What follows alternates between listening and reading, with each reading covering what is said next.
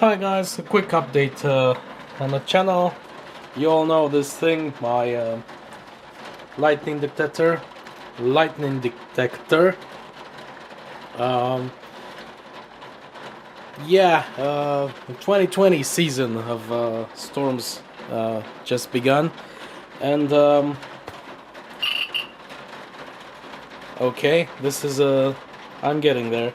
Uh, it still didn't quite work as well. It did, but actually I got some strikes from like more than 100 kilometers away. Uh, but then I also had a power LED connected, which drew quite a lot of current from the battery. Well, you know, as much as an LED can draw, but it's still significant for a 7 amp hour battery, and it's gonna drain it in a couple of days. Um, and I tried connecting it with an adapter to the mains here. It seemed to work at first, but then the second day it just went crazy. I don't know why that happens. I guess it's a ripple thing.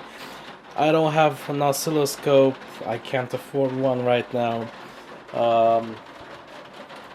Of course, I'm gonna get one as soon as I'll be able to afford this for my hobby, but for now, I just wanted to go back. One thing that I noticed when I used an AC adapter for it, that's why I broke it again, because I have this antenna going all the way outside, all the way to the other end of the balcony there, and it's hooked to this metal thing on the outside. I don't know how you call it on this. I'm embarrassing myself with my English. I don't know. The window sill, I think. I don't know. I'll look it up after I upload the video. Anyway, it's the whole length, and one thing I noticed is when it's powered from the AC adapter, it kind of does something like self-oscillation. I'm not entirely sure. The radio part of electronics has never been my strength. I haven't done much radio electronics. I'm all about, little improvements in the home circuitry or computers or stuff like that, like timers and light detectors and humidity sensors, I don't know, you name it, but not much on the radio side. I did build an FM transmitter once. I don't know how old I was. I think I was like 16 or something, many years ago. And and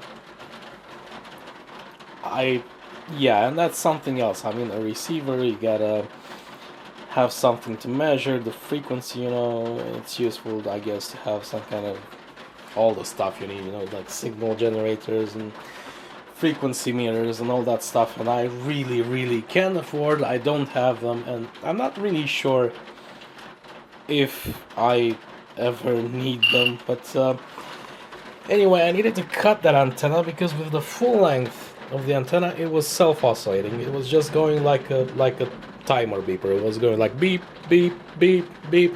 I have no idea. Absolutely no idea why that happens. Maybe something with AC coupling, the thing that a conductor can act as a capacitor, being close to the building, to the concrete. I don't know. I have no idea. I'm not that advanced in electronics, but what I am advanced at is trial and error.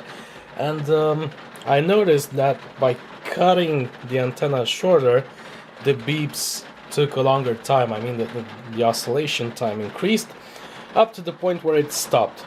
But even then, of course, it was still detecting the lightning strikes, and my testing, I don't have it here anymore. I tested with one of those stove quartz piezoelectric lighter. It still worked, but not very well. And it still kept doing this self-oscillation thing, like every minute or so. That's for how long it worked, because the next day it just went crazy. You know, you plug it in and I don't think I can make it do that. Go away! I have my balcony garden here and he destroyed my onions. Silly cat. You just want to do whatever you want to do, but not in this house. We have rules. There are rules, yo.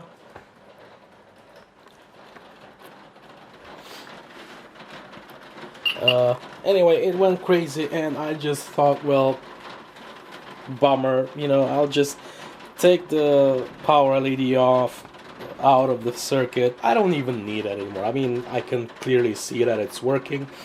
And now it's drawing something like 0.5 milliamp, which is a lot better.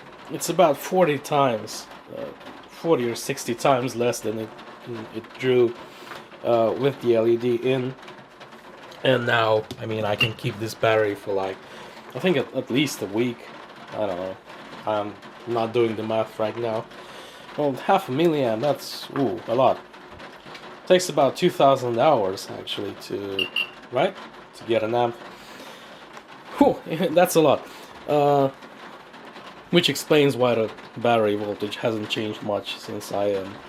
But anyway, because I chopped the antenna, I was forced to replace the whole wire and put a new wire in. And apparently the length of the wire is very important because it gives the detection frequency. And of course I didn't measure it, and it was, you know, I kind of eyeballed it, you know, it's somewhere around there, but these are things that even 0.5 millimeter counts, you know, and it got the new length, it didn't work anymore. And I started all over again, all the thing with like trial and error and things like that. Until, yeah, I knew this, it's one of those things I didn't feel like doing it. I was too lazy. I was just trying to do my best with doing as little as I could. I had this radio capacitor here. Let me see if I can... okay. This radio variable capacitor here is basically the wheel you turn for tuning you into radio stations. And it was placed at this end with the knob facing down, so I couldn't really turn it to tune the frequency.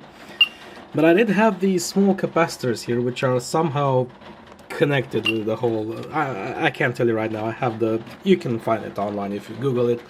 They're kind of interconnected. And while it did have some effect, I really needed to turn this this big capacitor here. That has the... You know, it has the plates there in the middle. I really need to tune that one to get the right frequency. Today I went a step further. I won against my laziness, and I ripped off the board from all the hot glue, and I used to keep the board together there.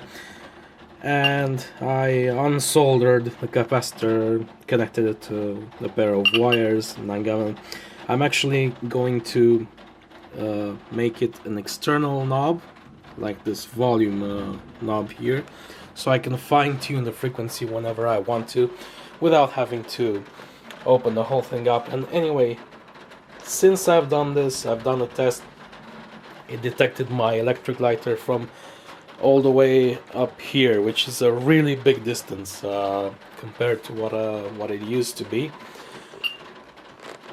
And now, if you haven't noticed it,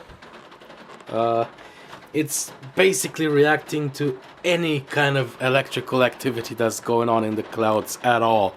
It's not missing anything. It's giving, like, you know, when there are multiple strikes on the lightning, there are 5 or 6 or 7 strikes, it goes like, it beeps 5, 6, 7 times, like in a fraction of a second. It goes out, which is really nice. It's the first time it does this after forever, since I first built it, like, I don't know when I built this, like 5 years ago.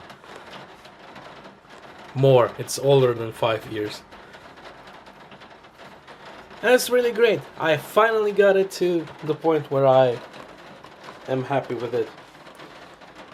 The only thing left to do here, I've got a serious test today. I mean, this storm came in from outside the city all the way up here.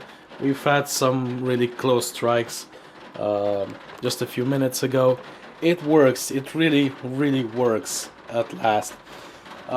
One other thing I want to do is kind of increase the distance just a little bit, because I'm not happy with like only 5 kilometers. At least 20-30 kilometers, so I can get like a perimeter around the city. That would be fine, if it's possible at all, and if that detection I saw for 100 kilometers wasn't just a fluke, which I don't think so. I mean, there's enough energy into a bolt that can be miles long, right?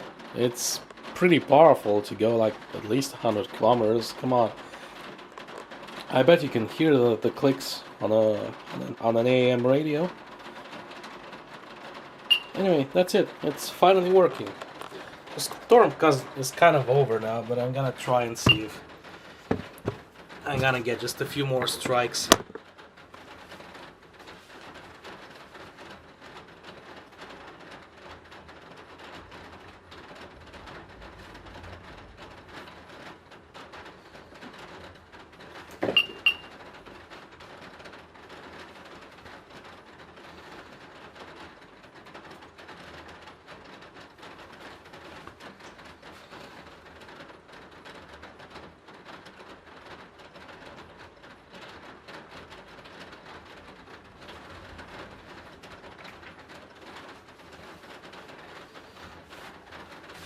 Oh, there goes the water again in the balcony. It must be how I suspected. I think it's from the neighbors on top of us. From the neighbors above. Well, most of the activity is gone now. There it is. It's back again.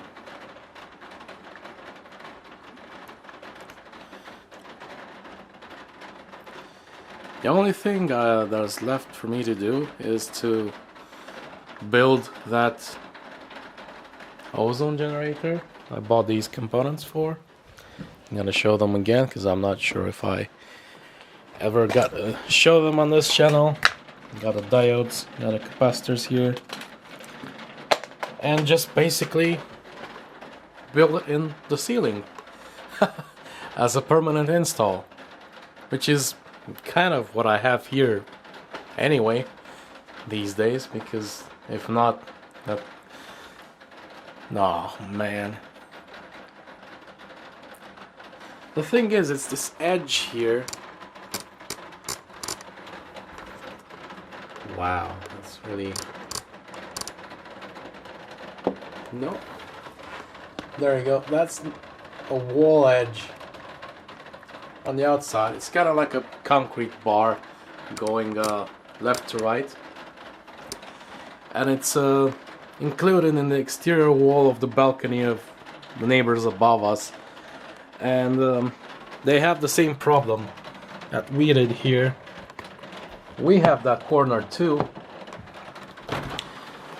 Let's see if I can show you. Yeah. You see just that little piece hanging out there? That was, I think it's styrofoam in English, or polystyrene. I don't know. Polystyrene is the chemical name we use here.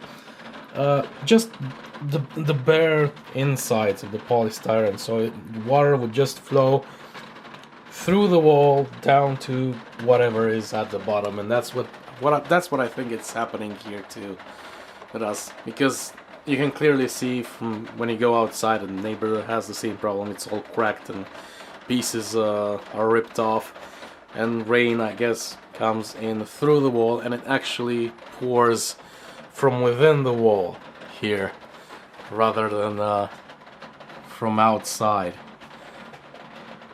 Ah, this is gonna be tricky. Also, oh look, it's so bad now that there's...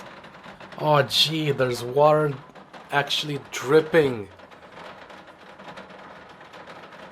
from there on the window. What the heck? It's the first time I see this. And I really have to...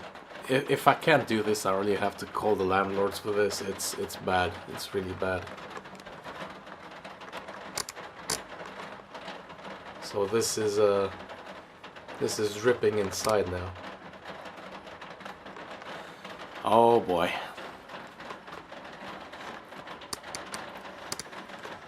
I'm gonna have a bit of work to do here. Anyway, that was about the lighting detector, and it finally works. Thanks for watching.